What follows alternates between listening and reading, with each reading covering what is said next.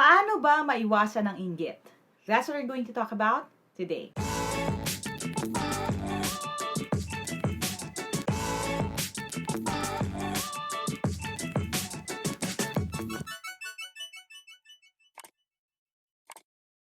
Hi there! Thank you for checking out my channel. Thank you for clicking on this video. If this is the first video that you're watching from my channel, I make educational and motivational content.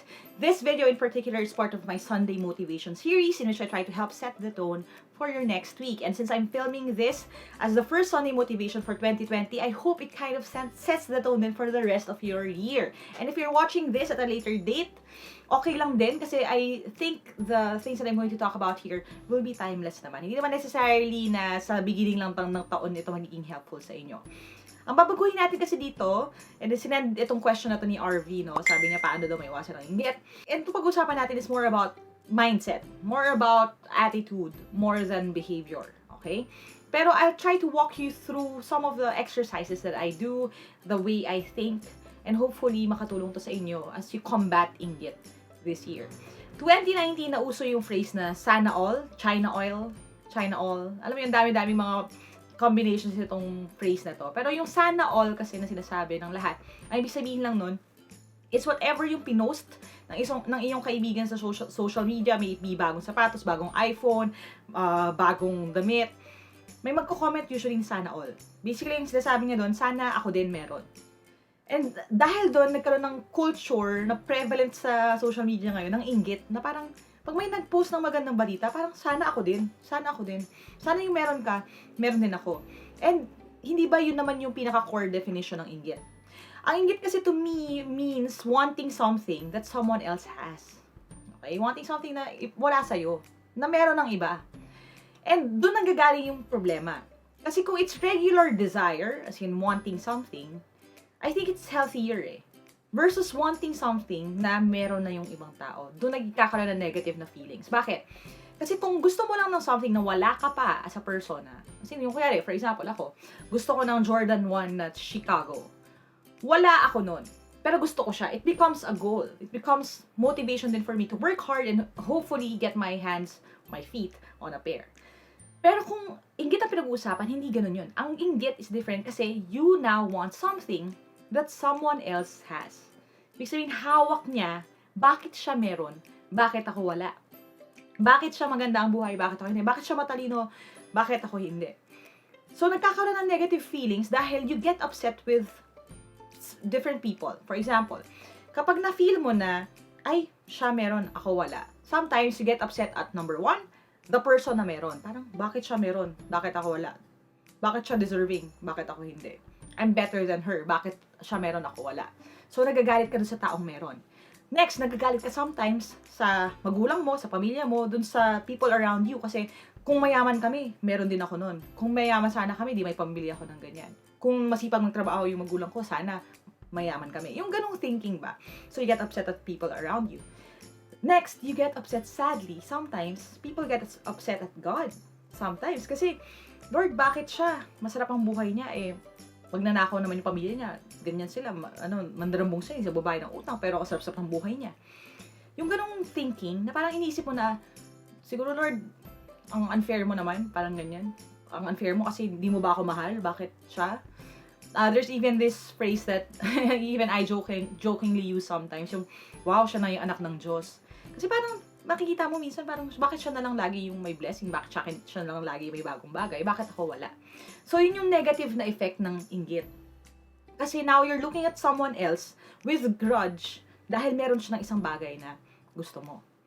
And I think ang cure dito talaga is asking 3 hard questions. And if you have a pen and paper handy, that's good. You can do this with me, or you can pause the video when I say that you do. And just do this exercise with me.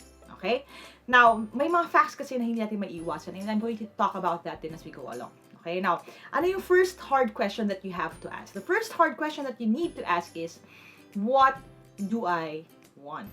Okay? Now, may madali lang naman yun yung mga bagay na gusto ko. I can drum up a list right now. Pero actually, mahirap yung process na yun kasi you have to remember that things that you want and things that you need are very different things. Kailangan ko muna i-explain yan a little bit. Anong pagkakaiba ng needs sa wants? Ang needs are things that you need to survive. Ibig sabihin, mamamatay ka pag wala ka nito. Food, clothing, shelter, okay? Tubig. Ito yung mga bagay na kailangan mo talaga to survive. Okay? And then yung want naman are things na hindi mo naman kailangan para mag-survive. Hindi ka naman mamamatay kung kung wala kang bagong sapatos, di ba? Hindi naman hahaba ang buhay niya kung siya ay naka-Gucci or naka-Prada at iikli yung sayo dahil sekosana ka or heartstrings. Wala namang ganun eh. Pero gusto mo lang talaga. So when you make a list of the things that you want, just be honest. Ilista mo lang siya. Things that you want. And then always ask yourself, how much do you really want it? Like, is it really important? Paano mo siya titingnan in the basis of what really matters, okay? But don't judge yourself just yet, okay? Just be honest with yourself. List it down. Ano yung mga dreams mo? Ako, honestly, there are things din na gusto kong magkaroon, okay? So, just write a list down, okay? Now, I'll hit you with something na I think you already know, pero ibabato ko uli. Remember the song? Ginanta rin uli sa Glito eh. You can't always get what you want. But if you try sometimes, you will find you get what you need. The first fact na gusto kong i-establish dito is that you will never get everything that you want. I know a lot of people say that sometimes, na I have everything I want, ganyan, ganyan, ganyan. Pero if you are someone who really goes for material things, walang kakontentohan doon. And I know that for a fact. Even if you watch documentaries ng mga mayayaman, yung mga pinaka-mayayaman, di ba? Bakit ganun sila? Di ba, ang dami-dami na nilang pera, pero hindi sila nakukontento. Gawa sila ng mga bahay na mas malalaki. Bili sila ng bili ng mga sapatos na hindi naman na nila nasusuot. Bakit ganun yung nangyayari? Kasi you will find na, even if you buy everything na nasa list mo right now, you will just keep wanting more. There will always be one new sneaker na i-release. One new thing na pwede mong bilhin. Bagong release ng Louis Vuitton, bagong labas na iPhone. Laging meron at meron yan. Hindi mo mauubos yung listahan mo ng things na yan. So, enter this year knowing that everything that you listed dun sa list ng things that you want, these are not things na makukuha mo lahat instantly. Unless biglang bubukas yung langit at babagsak sa'yo yung isang malaking kahon ng pera, it's really not possible for you to get everything right away. Okay? So, yun lang ang realidad ng mundo. You can never get everything that you want. Tanggapin na natin yan. Now, next hard question that we need to talk about is this. What are the things that you want or you used to want and you already have? Kasi I think one of the reasons kaya frustrated tayo about INGGIT is kasi naiiwan yung feeling ng kulang yung meron ako. Meron yung ibang tao ng something na gusto ko. Pero kasi, the reason kaya naiiwan yung feeling na yan kasi we forget to be grateful. We forget to remember the things na pinangarap lang natin noon na meron na tayo ngayon. And honestly, sa buhay, if you really dig deep, kahit na anong estado ng buhay mo ngayon, there really is bound to be something na ginusto mo lang magkaroon noon. Or minsan nga, hindi mo nga pinangarap na magkaroon, pero biglang meron ka na ngayon eh. And we have to list those things, even the intangible ones, even the non-material ones. For example, ako, personally I used to want friends kasi hindi ako talaga sobrang social na person. Okay? So, ang pagkakaroon ng kaibigan is something that I used to want. And then when eventually I found friends, meron na ako mga friends and everything. Dahil hindi ko ginawa yung listahan ng things that I want, at hindi ko rin ginawa yung listahan na I want and now I already have, hindi ko na-appreciate na itong mga friends na to ay lumipat na ng listahan. Wala na sila dyan kasi nandito na sila. So may mga bagay na ginusto ko lang noon na meron na ako ngayon. Pero dahil nandyan na sila, nakakalimutan ko yung value. Hindi ko na sila naaalala, hindi ko sila napapahalagahan. Hindi ko na naaalala na, ay, pinangarap ko lang pala magkaroon ng kaibigan noon. Meron na akong kaibigan ngayon, I have something to be grateful for. And honestly, this is something that I actually wrote this, I think, in an Instagram post a few months back, no? If you start the day knowing that you deserve nothing, you'll be grateful for everything. Marami kasi yung sense of entitlement din. Yung feeling natin, ay, 10 years na ako nag-work, bakit wala pa rin akong bag na gusto ko? 10 years na ako nag-work, bakit wala pa rin ako pambili ng cellphone? Nag-aaral naman ako ng mabuti, bakit hindi ako binibila ng Switch ng nanay ko? Yung mga ganon. May mga ganong thinking tayo minsan. Pero if you think of it, sa start pa lang ng araw, we deserve nothing. Wala tayong hindi na-deserve. And that thinking has helped me a lot in life. Usapang YouTube. A lot of people, pag nalaman nila na YouTube creator ako, ganyan-ganyan, may 400 plus thousand subscribers ka, blah, blah, blah. They would say na parang, paano mo yan nakuha, ganyan-ganyan. And they struggle with sometimes inggit. I was in an event a few months back, no? Tapos may mga YouTubers who have channels na medyo kakasimula pa lang, ganyan. Pag tinanong nila, ilang subscribers meron ka? Sabihin ko 400,000. Sabihin nila, sana all. Bakit ako ganyan? Hindi ako katulad mo. And again, nararamdaman mo yung tinge ba ng jealousy, ng inggit. Sometimes in the comments, you see that din, no? May inggit.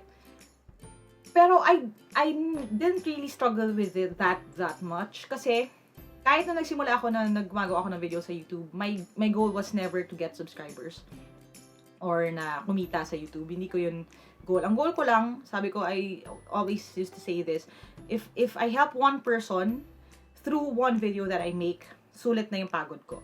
So, bonus everything ngayon na dinudulot ng paggawa ko ng video, lahat dito ay bonus lang. Kayong lahat ay bonus lang. Kasi nga, again, I started doing this because it's something I felt I had to do to help one person. So, lahat na lumampas dun sa isa na yon, lahat kayo ay blessing sa akin. Kasi I start the day knowing na I don't deserve this. Alam niyo yung recognition, itong button na yan, it looks good, yeah. Pero, I don't deserve any of this. Anything that I have, I don't deserve. All of the things that I have, I don't deserve. Alam niyo, if itatala natin lahat ng pagkukulang ko sa buhay, alam niyo yun, hindi ako perfecto enough to deserve anything. Hindi ako entitled sa kahit ano. Like, lahat ng to bonus sa akin. Yung buhay everyday sa akin, bonus siya. Treat ko siya as bonus. And because of that, I could say na I have this, I'm always grateful. I'm always profoundly grateful sa lahat ng nakukuha ko.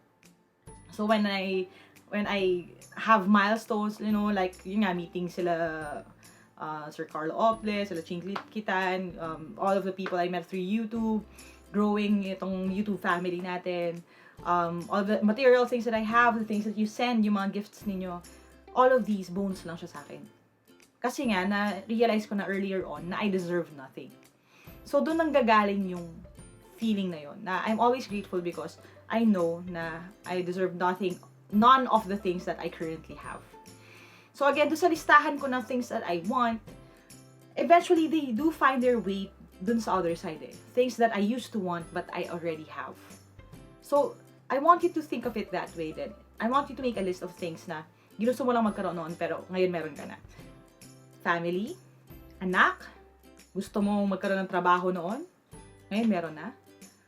Kahit na hindi ganun kalaki yung sweldo, di ba? Pero dati, di ba? Dati pinangarap magkatrabaho, ngayon may trabaho ka na eh.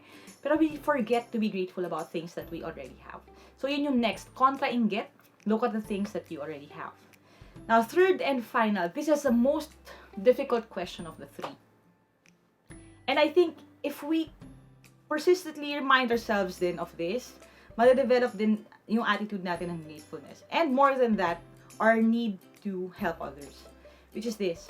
Third question would be this. What is something that you want and you already have that others don't? So kung babalikan natin, di ba, yung first question is, what do you want? Second question is, what do you want that you already have? Third question is, what do you want that you already have that other people don't? And if the second point doesn't change your perspective, I hope this one does. Kasi ang realidad ng buhay is, even if you are the most successful, pinakamayaman ka sa circle mo, there will always be someone who is better, richer, wealthier than you. Lagi kang nakatingala. Lahat tayo, kahit anong estado mo na, kahit maging presidente ka ng bansa, kahit maging hari ka pa, lagi kang titingala kasi laging may mga tao who will best you. Even yung world's richest man nga na title, di ba? Nagpapalit-palit din si Bill Gates at yung owner ng Amazon. Laging merong fluctuation doon.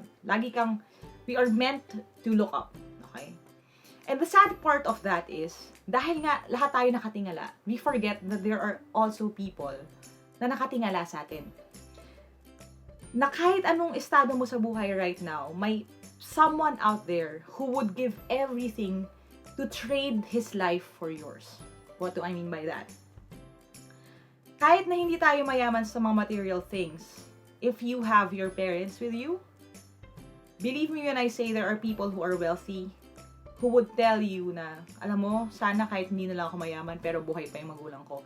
Palit tayo, okay lang sa akin yun. There are people na kahit na, kaya hindi ka masyadong kontento sa trabaho mo ngayon, may mga tao na magsasabi na, alam mo, mapalad ka pa rin sa trabaho mo. Kung ako, meron akong trabahong ganyan, sumusweldo ako, kahit maliit lang, magpalit tayo ng buhay, ibibigay ko yung buhay na meron ako ngayon. So, yun yung realidad eh. May mga bagay na meron ka na ngayon, na ginusto mo dati, na wala ang ibang tao. And if you look at them, nakakahiya, mainggit. Okay? The problem with inggit is, a lot of people only ask the first question. They only ask, ano yung gusto ko? Ano yung gusto kong magkaroon na wala ako ngayon? Pero they don't ask the next two questions. So, kung gusto mong umiwas ng inggit, honestly, make those lists, write them down, pagbangga-banggain mo sila. And throughout the year, revisit that list. Magdagdag kayo doon, magbawas kayo, ilipat ninyo yung mga bagay-bagay. If you find something na, ay, hindi ko na pala gusto, tanggalin mo siya sa list. If you have something on paper that you can look at, mahaharap ka ng realidad na your life isn't as sorry as you would think. Kasi, hindi natin nakikita kung ano yung meron tayo. And, yun ang katotohanan ng buhay. Yung bang buhay na meron tayo ngayon na hindi natin na-appreciate, pangarap na ng iba. And it really isn't about, like, the money you have. Like, the quality of life that you have. You could be a millionaire and be sick. Diba? And people would still say na, sana, diba? Sana kahit hindi ako mayaman, pero hindi ako may sakit. Ano yun? Sana kahit hindi ako mayaman, pero magkasama yung nanay at tatay ko. Sana kahit hindi ako mayaman, pero kasama ko yung pamilya ko. So, babalik tayo dun sa fact na yun na we can't always get what we want. So, if you keep looking at the things, list of things that you want and you don't have, and you forget these two things, yung things that you used to want and you already have, and things that you want, have, and others don't, magiging malungkot ka, magiging miserable ka, maiinggit ka, mamamatay ka sa inggit. Alam niyo yung phrase na yun? But if you focus on this, you will enter life, enter this new year, with a renewed feeling of gratefulness. And if you have that in your heart, it will set the tone for every decision that you make, every relationship that you build, everything that you do. Like, I get people who would, who wouldn't believe what I'm doing right now. Lalo na when I was starting out. Lalo na nung, syempre, onti ang subscribers, wala naman masyadong resources. And people don't believe, like, bakit mo ipapamigay yung mga bagay na pwede mong pagkakitaan? Kasi at the end of the day, that's what I do here sa Team Lyqa. I'll be very candid with you, no? Sasabihin ng mga tao, di ba, parang, wag mo nang ilibre, di ba? Ibig sabihin, pwede ka magtrabaho sa review center, pwede mong gawing exclusive lahat. Bakit mo ipapamigay ng libre yung mga bagay-bagay yan? And my response to that was always na, kasi I got these things for free. Like, if I got something for free, I'll give it away for free rin para sa lahat. Whatever I do, like, if I sell books na I cannot give away, it's only to keep, so I could keep doing what I'm doing right now. And ang root cause niyan talaga, honestly, is because I'm just grateful about, like, everything I have. Like, I deserve nothing. Babalik ako dun. I don't deserve you guys. Like, just being called your coach is something na hindi ako deserving, honestly. Kasi hindi naman ako perfectong tao. I'm still learning with you. So, everything that I get, bonus na siya sa akin. And I try to live my life like that. Siguro kaya hindi mahirap sa akin magbigay. Like, whether that be money or help or anything like that. Because of that. Like, I know na everything I have right now, mawawala din. So, it's really not that important. Alam nyo, and maybe, kasi I know a bunch of you, well, most of you are new to this channel. When we ended 2017, nasa 15,000 lang yung subscribers. End of 2018, nasa 100,000 subscribers. And then end ng 2019, we got to, I think, 448,000 subscribers. So, maraming tao dito ang bago. Hindi nyo na siguro nakita yung journey ko when I started out. Pero alam niyo ang kwento ng Team Lyqa, ang kwento ng ko, being your coach. Kahit tingnan nyo lang yung itsura ko dun sa mga luma kong videos, you would see I wear like any shirt that I had. I used to wear the same shirt for 10, 15 videos until someone called me out and said na, Coach, paulit-ulit yung suot mong t-shirt. Papadalan ka na ng t-shirt. Coach, yung damit mo sa pag nagtuturo ka paulit-ulit. Eto, bili ka ng blouse na bago. There was even this mom from nasa Canada na siya ngayon nag-work, and I remember this distinctly kasi pinadala niya ako ng pera. Sabi niya, Coach, mag-shopping ka naman para pag gumagawa ka ng videos, maganda yung damit mo kasi bago naman yung damit mo. Doon ako nanggaling. Doon nanggaling tong team na to. I used to go around the country teaching. I was wearing blazers na hand-me-down. Basically, someone from a D group before sa CCF na nag-work sa corporate. Sabi niya lang parang, oh, ito, I have these clothes. Mamili kayo ng gusto ninyo. Pwede nyong iuwi. Tapos, andun ako eh. So, sabi niya, oh, ito, kasya to sa'yo. Ganyan. Blazer, mga blazer. Lahat ng blazer ko, nung mula 2015, 2016, paulit-ulit ko silang ginagamit pag nagtuturo ako, may speaking engagement ako. Lahat yun bigay. Lahat yun, donation ng tao. Doon ako nanggaling. So, hindi nakamamatay to not have material things. And I was talking about this then with one of my sisters a few weeks back. Like, you would see kasi kung bago kayo sa channel na to, nakita nyo maganda na yung background, maganda na kahit pa paano yung kwarto, may ilaw ako, may camera ako. When people say na parang, oh coach, gumaganda ka. Honestly, a huge part of that is kasi may ilaw na ako, may camera akong medyo matino. Dati, I used to use yung aking 480p na point and shoot. But these are just material things, no? And if at any point, when God tells me, sell everything, alam yun, okay lang din sa akin. Like, just give me any way for me to keep teaching, I would. So, my goal in life is to keep doing what I'm doing with what I have. Not necessarily to get anything.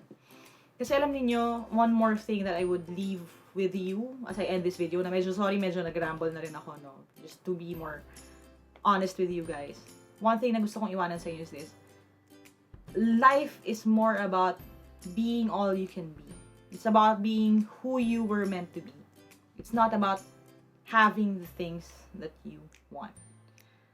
If not having anything makes you a better person, then that's better. Kesa yung nagkakaroon ka ng mga bagay and it turns you into someone na hindi mo na ma-recognize. Kasi maraming cases ng ganun. Alam niyo yung mga nakakalimot. Yung kasi may pera na siya ngayon, nakalimutan niya na tumulong, nakalimutan niya na yung pinanggalingan niya. Maporma na siya ngayon, kaya, alam mo yun, hindi na siya katulad ng dati.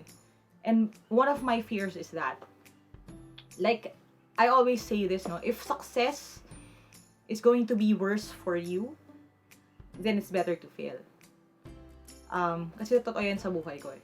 Like, I'm grateful for the things that I didn't have growing up, kasi it made me the person I am today.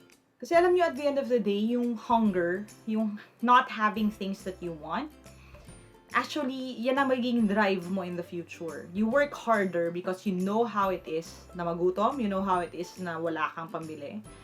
I've had people who would tell me, alam mo, I'm grateful na hindi maganda yung relationship ko with my dad.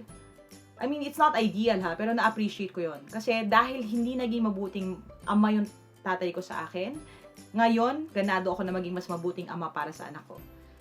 So, yung perspective lang na yun, na the things that we want, sometimes even need, that we didn't have, kung wala ka nun, sometimes it makes you a better person pa nga. Than if you have everything that you want and need. Kasi kung meron ka na ng lahat, bakit ka pa babangon? Bakit ka pa magtatrabaho? Bakit ka pa magpapagod? Wala ka ng goal, wala ka ng motivation. Kasi you already have everything.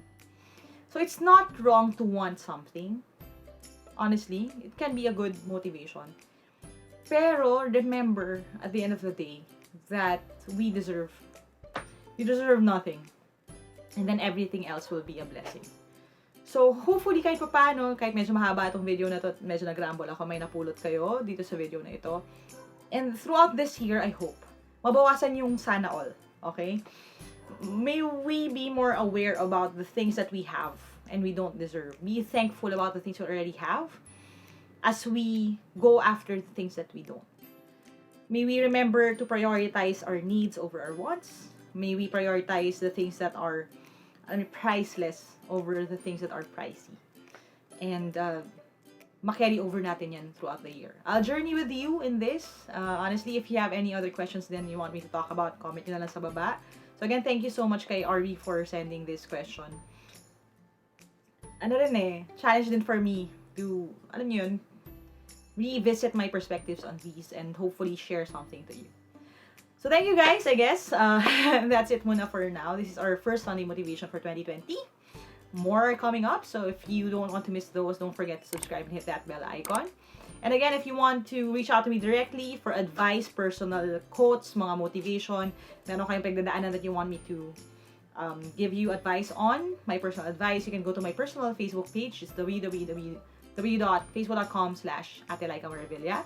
And for the reviewers, yung mga technical stuff, mga books that I made, yung review programs, you can go to my Team Lyqa Facebook page, www.facebook.com/Team Lyqa for that. Alright? Thank you guys, and yun. Medyo that was a mouthful, and I hope na may napulot kayong aral doon. And I guess that's it for now. Never stop learning. As we always say, adja, kaya niyan. I'll see you in the next video, and bye for now.